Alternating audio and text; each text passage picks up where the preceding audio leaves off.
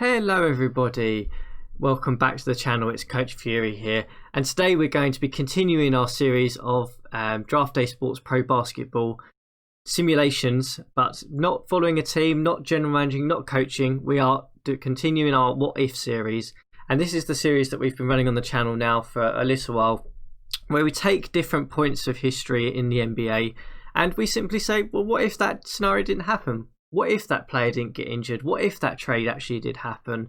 What if the draft was actually slightly different and a player went to a different team and didn't fall?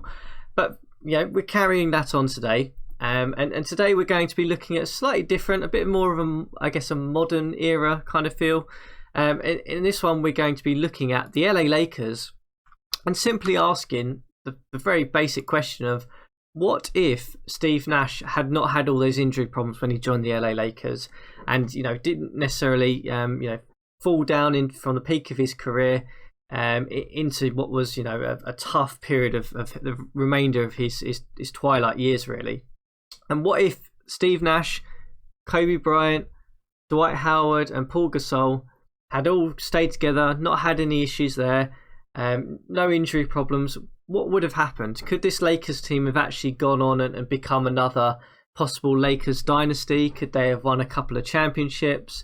With the fact that these players are kind of getting to the peak towards the end of their career from their peaks, what could have happened? And that is simply the question we're going to be asking today, everyone. And to do that, obviously we've got to make some adjustments to the Draft Day Sports Pro Basketball 21 game to make sure that the game engine recognises that the era of basketball during this time is slightly different to the era that we have now. So in order to do that, I've obviously changed a couple of the settings in commissioner mode, and that is to put the lottery back to the original lottery during this era, and I've also reduced the three-point attempt factor down by half. So teams will probably be shooting around about that 20 attempts per game that was this era, rather than the 40 or so that we kind of see now.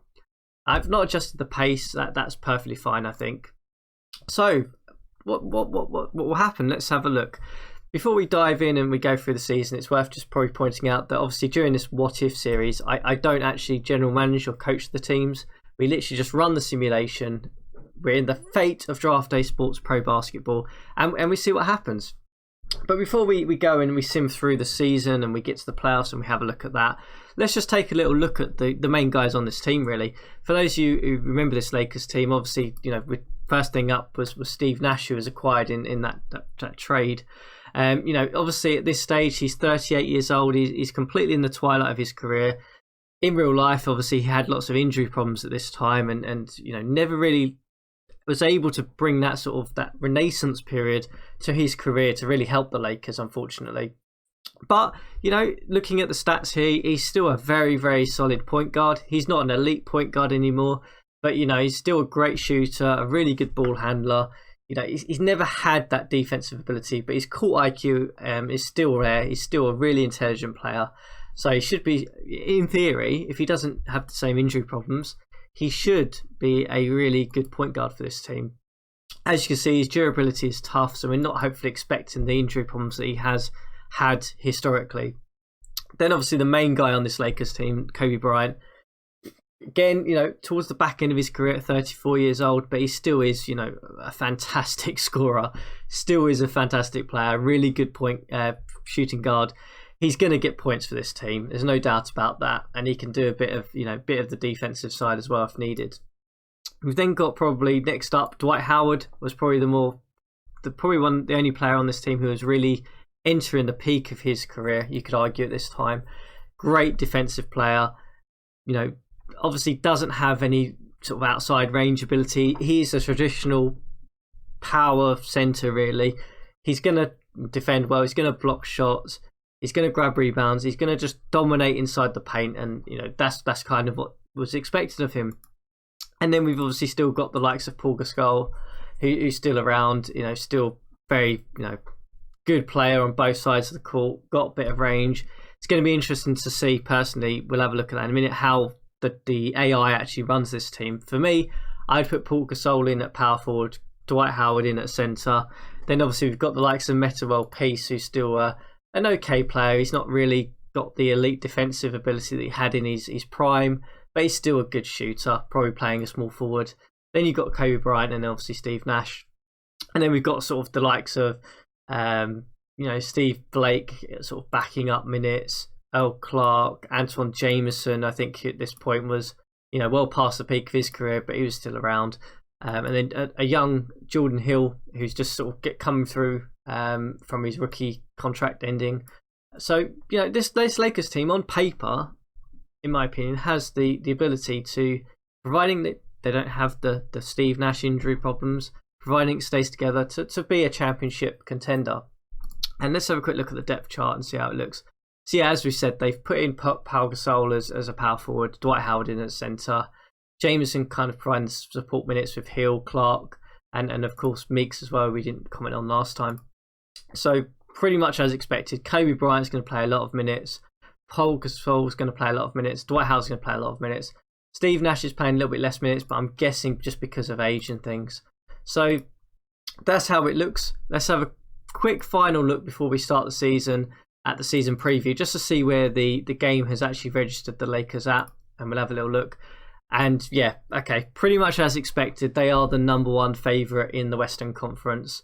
As you can see there, that is a really terrifying starting five, despite the age and everything. So yeah, let's see how we get on. I'll pause the video here. I'll obviously reload it back just before the playoffs probably. We'll take a look and see how the season's gone, and then we'll probably run through the playoffs and see if the Lakers can actually achieve it. Okay, we are back. Let's see how the Lakers have got on during the season and whether a healthy or relatively healthy Steve Nash helped this Lakers team get into the playoffs and possibly be a threat as a championship contender. Right, let's take a little look at the standings and see where the Lakers actually did finish in the end. So if we take a little look at the Western Conference, it's looking as if they didn't quite live up to the hype of being the #1 seed in the Western Conference this year. It's clear the Denver Nuggets and Houston Rockets are well ahead of the game there, and the Lakers are still with an okay record, 47-35. Still comfortable playoff team. Looking at it this way, but probably not. Obviously, not going to be a top seed. Probably a lower seed. So it's going to be an uphill challenge for this Lakers team this year to see whether they can get back into a championship finals. Really, let's take a little look at the team itself and see how they've got on. Of course, we'll obviously start with Steve Nash. So pretty good stats from him. 16.8, 4.8 assists. Yep, some good shooting numbers from him. Certainly, nothing below what his performance has been in previous years. It's pretty clear that he's actually performed pretty well coming over from Phoenix in this simulation. Only playing 56 games though, so let's take a little look at that. Okay, so he suffered a broken hand fairly early on in the season, it looks like here, on the 5th of November. And yeah, I'm guessing that's what meant that he missed out quite a considerable chunk of the sort of beginning of the season. But he's managed to come back and put up some pretty good numbers for the Lakers. So that's good to see. Kobe Bryant, yeah, okay, so business as usual for him, to be honest with you. A slight down in his production. Not the most efficient, but then you never really would have expected that from Kobe Bryant, given the number of shots he puts up for this Lakers team. But 23 points. 8 assists is incredible, really, from Bryant. 6 rebounds as well, and 2 steals. So he's looking like he's comfortably one of the elite players in this league still. Meta World Peace, probably the other starter. Looks like he's putting up okay numbers. I mean, he's just a range shooter at this point, I think. And then we move on to Pau Gasol. Let's have a little look. 21-7. Okay, so yeah, again, Pau Gasol looking pretty good for this Lakers team this year. And then finally, Dwight Howard, how have you been looking? Okay, so he's averaging a double-double, 10 and 11 there in rebounds and points. Pretty much, yeah, okay. Living by the basket, as you would expect, and incredible field goal percentage as well. So this team's surprisingly looking pretty good. Despite the 47-35 record, I think you'd probably argue if Steve Nash maybe not had broken his his hand early on, then they probably would have been close to that 50-win mark.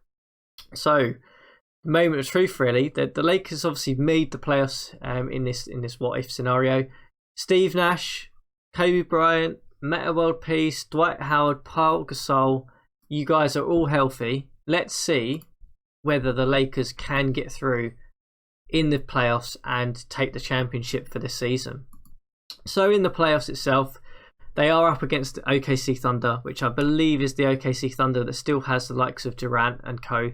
So that's going to be a real tough game for this Lakers team. Let's, without a shadow of doubt, let's have a look and see whether they can get through. So first game up, can they win the first game? No, they cannot. Getting beaten quite comfortably by 30 or something points.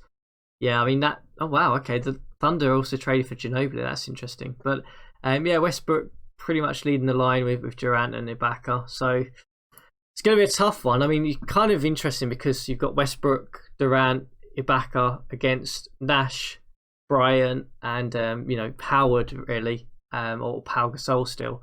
It's a real battle of the ages. Let's see if they can nick game 2 on the road. And they can't, getting beaten again by 30 plus points. It's not looking good. Durant with 43 points, blimey. Nash putting up a good performance though. 22 points. I mean, Bryant shooting pretty terribly in that game.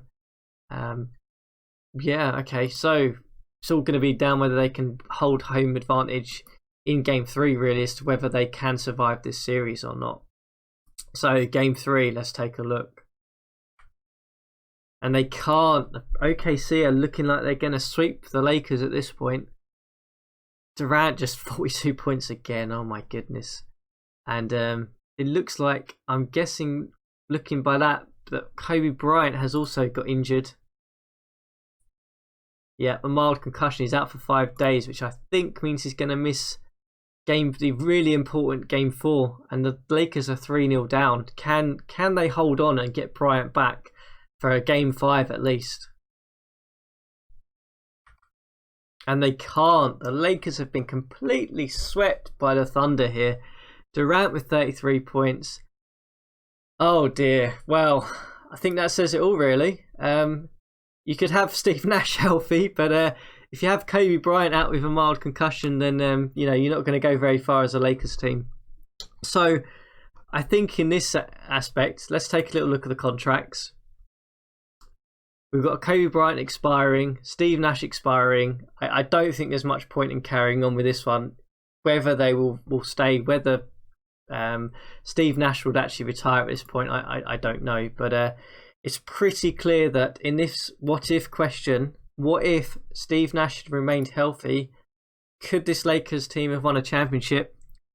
We've run the simulation, guys, here in Draft Day Sports Pro Basketball 21, and they can't. They can't. They got completely swept by a younger, more energetic Oklahoma City Thunder team. And that is the story of this season. Let's just sim the season through, though, and just see who actually takes the championship in this Let's Play and what if scenario. Do the Thunder actually go on and win the championship, or is it someone else who takes the crown?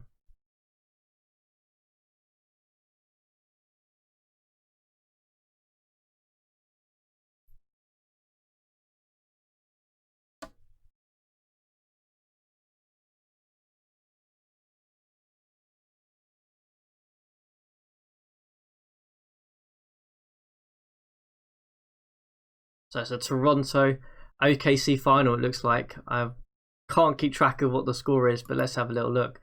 So the Raptors end up taking it in a 7-game series against the Thunder. Thunder going all the way through, sweeping the Rockets and also beating the Nuggets.